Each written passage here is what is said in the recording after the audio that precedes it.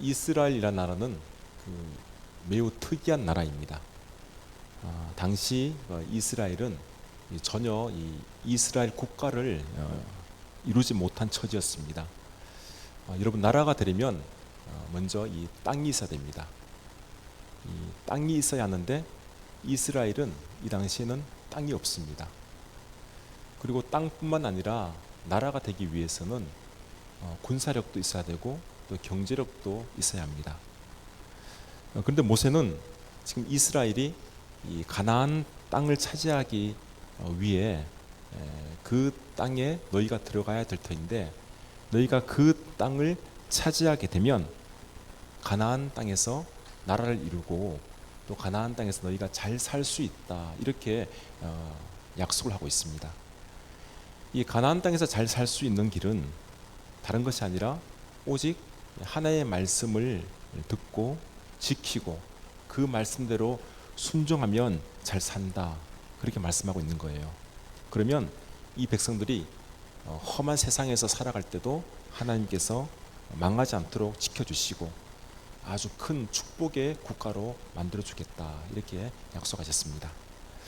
여러분, 이스라엘이 사는 길은 다름 아닌 오늘 우리들이 사는 길입니다.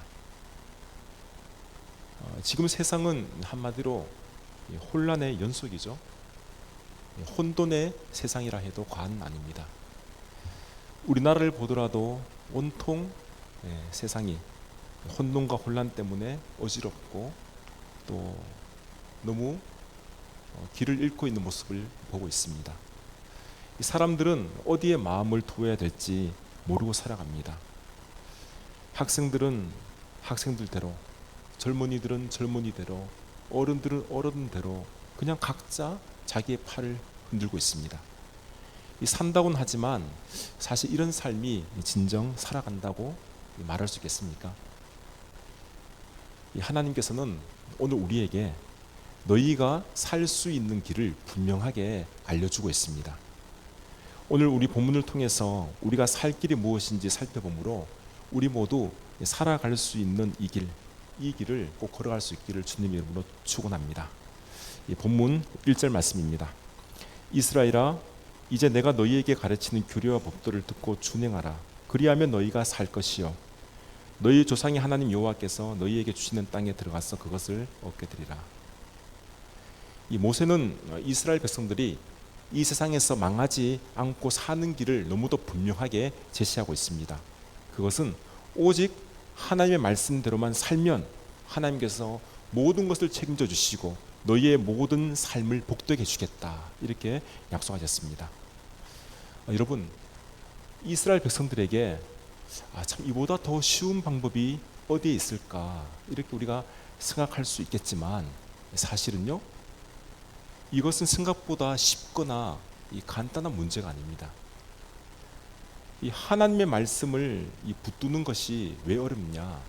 이유는 우리가 그 말씀을 그냥 손으로 붙드는 것이 아니에요. 손으로 붙든다고 해서 말씀이 붙들어지는 것이 아니라 하나님의 말씀을 붙든다는 것은 말씀이 내 안에, 내가 그 말씀을 받아들이는 것이 붙는 겁니다. 여러분, 이 말씀이 내 안에 들어와서 내 안을 비치게 되면 어떻게 되는가 하면 내 안에 있는 이 죄들이, 속속들이 다 드러나게 됩니다. 그러면 그때부터 하나님의 말씀이 이 죄를 하나씩 하나씩 없애지게 하는데, 치료하시는데, 이것은 다른 말로 수술 받는 것과 같습니다. 그 말씀이 이 수술의 도구가 되어서 내 안에 있는 이 못된 것들, 죄성들을 다 수술하는 겁니다. 그래서 이 하나님의 말씀을 붙든다는 것은 그냥 형식적으로 그냥 말씀을 내가 안다, 가지고 있다, 이것이 아니라 하나님의 말씀으로 내가 수술을 받아서 완전히 하나님을 의지하는 새 사람이 된다라는 의미입니다. 근데 여기서 이스라엘 백성들이 참 이해하기 어려운 것이 있었습니다. 그것이 무엇인가 하면 이 가나안 땅은 가만히 있으면 주어진 땅이 아니죠. 이 가나안 땅은 비어있는 땅이 아니라 가나안 족속들이 살고 있는 땅입니다. 그럼 이 땅을 차지하기 위해서는 반드시 그들과 싸워야 합니다. 전쟁을 해야 돼요. 그런데 이 백성들이 전쟁의 준비는 하나도 하지 않고 오직 말씀만 붙들어라, 말씀만 지키라고 하는데 이 백성들이 이것을 쉽게 받아들일 수가 없었던 것이죠. 여러분, 하나님께서 지금 이렇게 말씀하시는 것이 과연 잘못된 말씀일까요? 아닙니다. 잘못된 말씀이 아닙니다. 이스라엘 백성들에게 너희가 하나님의 말씀을 듣고 준행하라는 것은 현실적인 준비를 전혀 하지 말란 이야기가 아니에요. 현실적으로 세상에 필요한 것이 있다면 그것을 갖추어야만 합니다. 꼭 갖추어야 돼요. 근데 중요한 게 뭐냐면 그 중에서 하나님께서 가장 중요하게 여기시는 것이 있는데 요구하는 것이 무엇인가, 이것을 아는 것이 중요한 것이죠. 여러분, 하나님의 자녀들에게는 이 눈에 보이는 것보다 눈에 보이지 않는 것이 훨씬 더 중요합니다. 우리 눈에 보이는 것은 사실 세상에 필요한 여러 가지 조건들이죠. 이런 것들이 이 세상에서 성공하는 데 필요합니다. 이런 조건들을 잘 갖추어야만이 내가 앞으로 세상에서 중요한 역할을 감당할 수 있는 거예요. 그러나 하나님께서는 그런 것들보다도 무엇을 보시는가 하면 우리의 중심을 보세요. 우리의 마음, 우리의 믿음을 보시는 분이십니다. 하나님은 우리의 중심이 하나님 앞에 정직하며 하나님께 절대적으로 의지하고 믿을 때 이 세상에 있는 여러 조건들을 이거는 덤으로 주시는 거예요. 그렇기 때문에 우리가 세상에 있는 이 조건들을 가지기 위해서 막 몸부림치는 것보다 먼저 해야 될 일은 하나님 앞에서 우리의 믿음을 준비하는 데 몸부림쳐야 됩니다. 우리의 믿음이 준비되었을 때 비록 내가 세상 사람들보다 조금 뒤처진 것 같이 조금 늦다라고 생각이 되어지지만 하나님께서는 놀라운 방법으로 우리를 이 세상에 나타내십니다. 우리가 이 사실을 먼저 알고 믿어야 됩니다. 그래서 우리는 영적인 것도 필요하고 세상적인 것도 다 준비를 해야 되는데 이 두 가지 모두 똑같은 비중을 두어서는 안 됩니다. 가장 중요한 영적인 것, 믿음을 더 준비할 수 있도록 노력을 해야 된다는 거죠.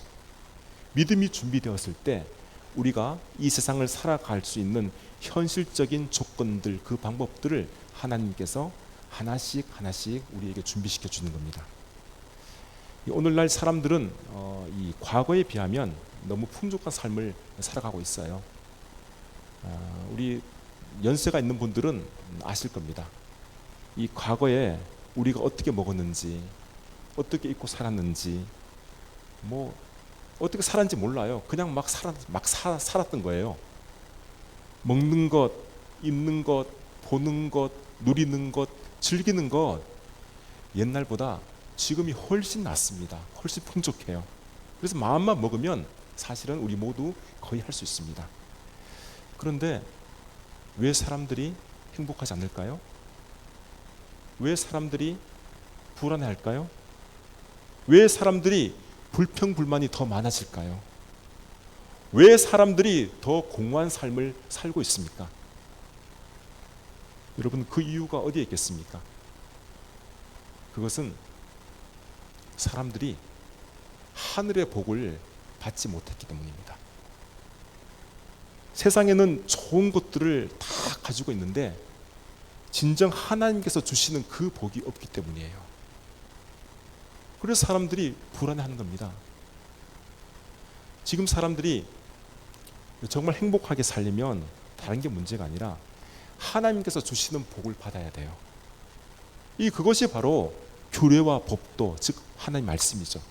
그 말씀을 우리가 들어야 되고 그 말씀을 믿는 믿음을 가져야만 합니다. 이것이 바로 우리가 살 길이다. 너가 살 길이다. 이게 우리에게 말씀하고 있는 겁니다. 그렇다면 구체적으로 우리가 살 길을 위해서 하나님은 지금 세 가지를 당부에 말씀하고 있습니다. 먼저는 하나님의 말씀을 가감하지 말라는 겁니다. 본문 2절 말씀이죠. 내가 너희에게 명령한 말을 너희는 가감하지 말고 내가 너희에게 내리는 너희 하나님 여호와의 명령을 지키라. 이 하나님의 말씀을 이 가감하지 말라는 것은 이 하나님의 말씀에 자기 생각을 집어넣거나 하나님의 말씀을 취사 선택하지 말라는 겁니다. 하나님의 말씀에 내 생각이 들어가요. 그러면 그 말씀이 희석될 수밖에 없습니다. 이 말씀의 순수성을 잃어버리게 되어요. 그리고 취사 선택하게 되면 온전한 하나님의 말씀을 내가 들을 수가 없어요. 말씀의 뜻을 알지 못합니다. 그냥 내가 좋을 대로 내가 듣는 거죠. 내가 듣기 싫은 것들은 안 듣습니다. 여러분, 하나님의 말씀은 내기에 좋은 말씀, 단 말씀이 있어요. 잘 들리는 말씀이 있는 거죠. 그런데 때로는 하나님의 말씀이 우리를 책망하는 말씀이 있습니다. 쓴 말씀이 있습니다. 그러면 단 말씀만 듣고 쓴 말씀은 버립니까? 이건 취사 선택하는 거예요. 단 말씀이든지 쓴 말씀이든지 골고루 들어야 됩니다. 그 사람이 봐도 영적으로 성장할 수 있는 사람입니다. 어떤 시험과 유혹이 오더라도 그 말씀의 힘을 가지고 내가 그 시험을 물리치고 이 신앙이 성숙된 자로 나아간다는 거죠. 우리 이 자리에 참석한 우리 여러 성도들께서는 하나님의 말씀을 가감하지 마시고 모두 받아들임으로 믿음이 장성한 분량에 이르는 자들이 모두 될 수 있기를 주님의 이름으로 축복합니다. 하나님께서 두 번째 당부하시는 것은 이 바알 보호를 조심하라는 겁니다. 이 3절 말씀이죠. 여호와께서 바알 보호의 일로 말미암아 행하신 바를 너희가 눈으로 보았거니와 바알 보호를 따른 모든 사람을 너희 하나님 여호와께서 너희 가운데서 멸망시키셨을 때, 이 바알 보호 사건은 그 민수기 25장에 보면 그 사건이 나옵니다. 그 내용은 이렇습니다. 이스라엘 백성들이 이제 이 광야 생활을 거의 끝날 때가 되었어요. 거의 끝날 무렵에 일어난 일인데, 이 모압 왕 이 발락이 이스라엘이 너무 싫었어요. 그래서 이 발람이라는 선지자를 초청해서 이스라엘을 저주하라고 시킵니다.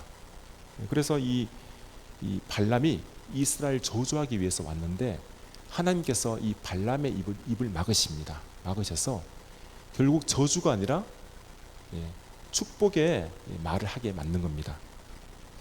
그러자 마지막으로 이 발람이 이 모압 왕에게 하나 제안을 합니다. 그게 뭐냐면은 미인계를 쓰라는 겁니다. 미인계.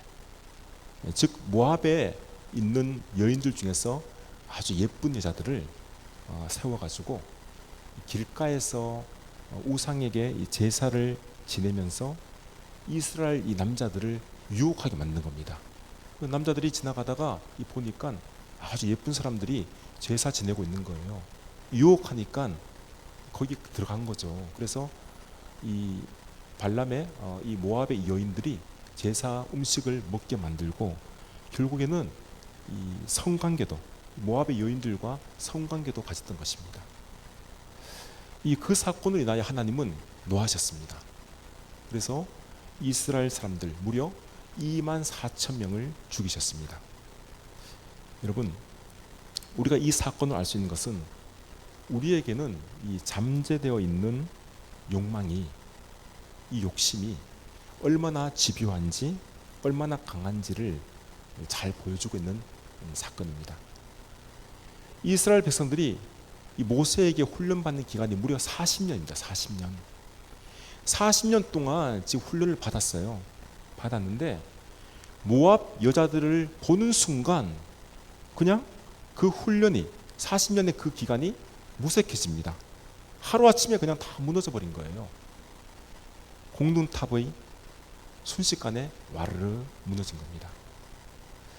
이 백성들이 지금 이 가나안 땅에 들어가야 되는데 아직 들어가지도 못하고, 그리고 가나안 땅에 들어가서도 이 같은 일을 만나지 않는다는 보장이 없습니다.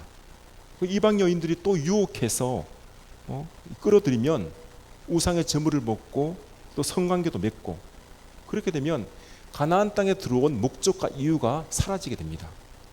그래서 하나님은 이스라엘 백성들을 향하여 24,000명을 죽이는 무서운 벌을 내리신 겁니다. 보고 깨달으라는 거죠. 너희가 똑똑히 알라는 겁니다. 여러분, 지금 우리에게도 이 바알 보울이 있습니다. 이 바알 보울을 조심해야 됩니다. 얼마나 많은 성적 유혹이 매 순간마다 찾아온지 모릅니다. 음란 사이트가 여기저기에 널려 있고, 인터넷 그런 영상들을 보는 중에도 광고가 뜨는데 그 광고도 음란물 광고예요. 보조시 그게 공개됩니다. 그리고 이 핸드폰 문자로도 자꾸 유혹의 글이 오고 있어요. 여러분, 제 핸드폰에도 거의 매일마다 옵니다. 왜 그렇습니까? 이거 어떻게 알고 이상 문자를 막 보내고 있어요. 우리는 이 바알 보호를 늘 조심하고 경계해야 됩니다. 지난 제가 수요 예배 시간에 말씀을 드렸는데, 우리가 그래서 죄에 빠지지 않기 위해서 제가 몇 가지를 말씀을 드린 적이 있는데, 이런 유혹에 빠지지 않기 위해서 제가 다시 한번 여러분들에게 말씀드립니다. 먼저는 어떻게 되냐? 가능한 죄의 자리에서 피하려고 노력해야 됩니다. 이 죄라는 것은요, 쇠사슬에 묶여있는 맹수와도 같아요. 맹수가 쇠사슬에 묶여있기 때문에 내가 그 맹수 가까이 가지 않으면 됩니다. 근처에 안 가면 내가 물릴 일이 없어요. 그런데 이 맹수가 어떻게 생겼는지 또 보기 위해서 만약에 가까이 가면 반드시 물리고 맙니다. 이 죄를 짓는 그 자리에 내가 있게 되면 아무리 신앙 연수가 있고 믿음이 좋다고 인정을 받아도 자기도 모르는 사이에 저절로 그냥 나도 모르게 죄에 빠져버립니다. 그 사실을 아셔야 돼요. 죄의 자리에 있지 말아야 되고, 만약 내가 어쩔 수 없이 죄의 자리에 있게 되면 요셉이 보디발의 아내의 유혹에 그냥 옷을 벗어버리고 그냥 맨몸으로 달려나간 것처럼 그냥 얼른 그 자리를 벗어나야 됩니다. 그래야만이 죄의 유혹에 빠지지 않아요. 두 번째, 빠지지 않기 위해서는 우리가 늘 말씀을 기억하는 훈련을 해야 됩니다. 말씀을 기억하고 살아야만이 죄에 빠지지 않습니다. 말씀이 내 발의 등이 되고 내 길의 빛이니이다.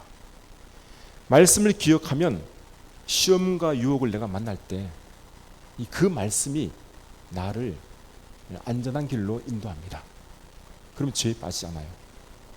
세 번째는 우리는 이 죄에 대해서 죽은 자로 여겨야 됩니다. 로마서 6장 11절에 이렇게 말씀합니다.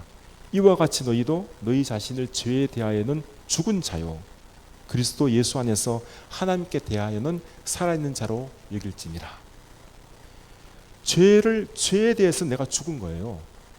죄를 지으려는 생각이 자꾸 찾아와요. 찾아오면 나는 죄에 대해서 죽었다. 나는 죽었다. 이렇게 생각하셔야 돼요. 여러분, 죽은 자는 어떻습니까? 반응이 있습니까? 꼼짝합니까? 아무것도 못해요. 듣지도 못하고 말하지도 못하고 그냥 가만히 있습니다. 내가 죽었기 때문에 어떤 죄도 나를 유혹하지 못하는 거죠.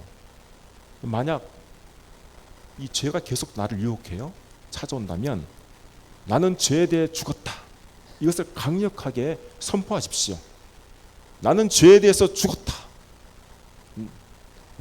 나에게 가까이 오지 마라. 나를 유혹하지 마라.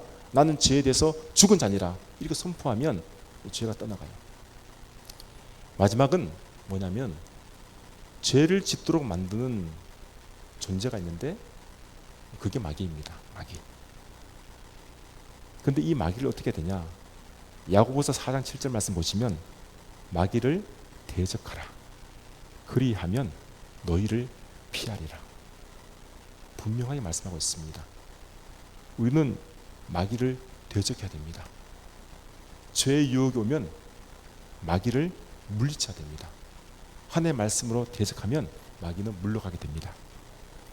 여러분, 우리 믿는 자들은 이렇게 이 바알 보올, 이걸 늘 조심하며 살아가야 됩니다. 그리고 바알 보올의 유혹이 있을 때는 우리는 그 유혹을 단호하게 물리칠 수 있는 자가 될 수 있길 바랍니다. 이젠 우리가 살기 위해서 하나님께서 당부하고 있는 마지막 세 번째입니다. 이스라엘 백성들이, 그것은 뭐냐면 이스라엘 백성들이 끝까지 하나님께 붙어서 떨어지지 말아야 됩니다. 본문 4절 말씀입니다. 오직 너희 하나님 여호와께 붙어 떠나지 않은 너희는 오늘까지 다 생존하였느니라. 붙어 있어야 되죠. 여러분, 이 붙어 떠나지 않은 이 말이 무슨 말일까요? 이것은 아무리 떼어놓으려고 막 흔들고 몸부림쳐도 떨어지지 않을 정도로 내가 사생결단하고 붙어 있는 것을 말하는 겁니다. 사생결단해야 돼요. 이 세상에는 우리를 하나님으로부터 떼어놓으려고 하는 것들이 너무 많습니다. 할 수만 있으면 우리로 하여금 하나님으로부터 느슨하게 만들어서 기회만 잡히면 우리를 막 떼어버리려고 합니다. 이때 우리는 하나님으로부터 쉽게 떨어지려고 해서는 절대 안 됩니다. 목숨을 걸고 난 하나님께 붙어 있노라. 하나님을 강하게 내가 붙잡아야 됩니다. 그래야만이 내가 죽지 않고 사는 겁니다. 이게 살 길이에요. 여러분, 이 마귀는요, 하나님 아들 예수님도 시험했습니다. 예수님도 하나님으로부터 떼어놓기 위해서 이 마귀가 시험을 했다니까요. 그때 예수님께서 뭐라고 말씀합니까? 예수님은 결사적으로 하나님의 말씀을 붙잡으셨고 그 말씀으로 결국 마귀의 시험을 물리친 겁니다. 마귀가 예수님을 시험했다면 우리는요? 우리도 마귀의 시험을 받을 수밖에 없어요. 살아가는 동안에는 아무리 성인 군자를 하더라도 마귀의 시험이 옵니다. 이 마귀는 하나님과 우리를 막 떼어놓으려고 틈을 만들려고 애를 쓰고 있어요. 여러분, 하나님과 우리 사이에 틈이 있으면 안 돼요. 틈이 없어야 돼요. 틈이 메꿔져야 됩니다. 그래야만이 떨어지지 않아요. 그러기 위해서 우리가 어떻게 되냐? 우리는 하나님을 뜨겁게 사랑해야 돼요. 아주 뜨겁게 하나님을 사랑해야 됩니다. 물론 하나님께서 우리를 사랑하셔요. 우리를 사랑하시기 때문에 우리를 붙들고 계시지만 우리도 하나님을 사랑을 해야 되는데 정말 뜨겁게 안간힘을 써서 하나님을 사랑해야 됩니다. 마치 연인들이 서로 한창 사랑할 때 하루라도 보지 못하면 정말 못 살 것 같고 한순간이라도 님의 목소리를 듣지 않으면 죽을 것 같은 그 심정으로 하나님을 뜨겁게 사랑해야 합니다. 만약 우리가 하나님보다 다른 것을 더 사랑하고 신경 쓴다면 이것은 이미 하나님께 붙어 있는 것이 아니에요. 하나님과의 관계가 느슨해지면 마귀는 그 틈을 타서 그 기회를 노리고 우리의 믿음을 강하게 흔듭니다. 그럼 우리는 우리의 믿음이 쉽게 떨어지고 맙니다. 무너지고 마는 것이죠. 여러분, 포도나무 가지가 포도나무에 쫙 달라붙어 있어야 돼요. 달라붙어 있어야만이 아주 강한 바람이 불고 비가 오고 눈이 와도 떨어지지 않는 거예요. 오히려 나중에는 어떻게 됩니까? 그 가지에서 싹이 나고 잎이 나고 풍성한 열매를 맺게 되는 거예요. 우리는 하나님께 늘 붙어있는 자들이 되어야 됩니다. 그래야만 내가 죽지 않고 내가 산다는 겁니다. 이게 살 길이에요. 지금 보면 모세는 이스라엘 백성들에게 너희가 죽지 않고 살 길을 분명하게 알려주고 있습니다. 이 길은 지금 여기에서만 아니라 사실은 가나안 땅에 들어가서도 그대로 지켜야 할 하나님의 명령입니다. 그리고 이 명령을 지켜 행하면 너희는 여러 민족 중에서 뛰어난 큰 민족이 될 것이다 약속하고 있습니다. 마지막 6절 말씀이죠. 너희는 지켜 행하라. 이것이 여러 민족 앞에서 너희의 지혜요 너희의 지식이라. 그들이 이 모든 규례를 듣고 이르기를 이 큰 나라 사람은 과연 지혜와 지식이 있는 백성이로다 하니라. 여러분, 하나님의 말씀을 우리가 지켜 행한다는 것은 결코 쉬운 일이 아닙니다. 쉽지가 않아요. 하지만 그대로 하기만 한다면 하나님은 엄청 큰 복을 주십니다. 개인뿐만 아니라 민족이 사는 길을 열어주세요. 우리나라가 이 살 길은 다른 데 있는 것이 아니에요. 이 길밖에 없어요. 하나님의 말씀을 따르고 지키는 이 길. 이 길을 따라가야만이 우리나라가 살아갑니다. 이 일을 근데 누가 해야 되겠습니까? 바로 저와 여러분들이 이 일을 해야 합니다. 나아가서 모든 교회들이 이 일을 해야 하는 사명이 있습니다. 특별히 하나님께서 우리 교회, 우리 천상제일교회를 통해서 이 사명을 맡겨주신 겁니다. 우리가 이 사실을 잊지 말고 나도 우리 교회도 이 사명을 위해 끝까지 하나님의 말씀을 붙들어야 됩니다. 사랑하는 성도 여러분, 우리가 하나님의 말씀을 지켜 행하는 이 사명 정말 잘 감당할 수 있기를 바랍니다. 이것이 바로 내가 살고 모든 사람이 살고 나라와 민족이 사는 길임을 우리에게 말씀하고 있습니다.